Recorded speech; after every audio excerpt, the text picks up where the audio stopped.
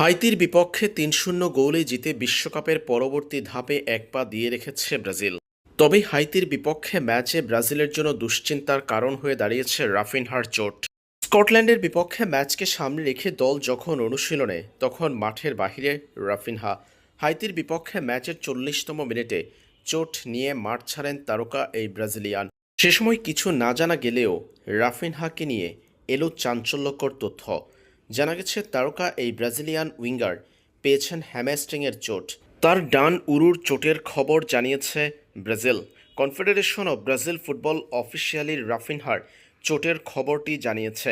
জানা গেছে Brazil football দলের চিকিৎসকদের অধীনে আছেন রাফিনহা।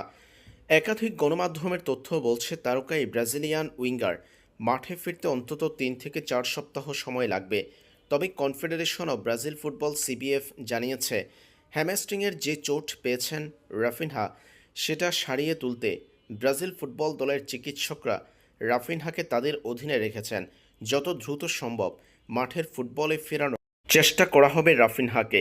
আপাতত এতটুকু বলা যায়, স্কটল্যান্ডের বিপক্ষে তারকা এই ব্রাজিলিয়ানকে পাচ্ছে না কার্লো আনচেলত্তি। রাফিনহাকে ছাড়াই ব্রাজিলের আক্রমণ ভাগ সাজাতে হবে তার। এরপর কোন পর্যায়ে বিশ্বকাপে ফিরতে পারবেন রাফিনহা সে বিষয় সম্পর্কে আনচেলত্তি কিছু না জানালেও গণমাধ্যমের তথ্য বলছে অন্তত ৩ থেকে ৪ সপ্তাহ সময় লাগবে তার।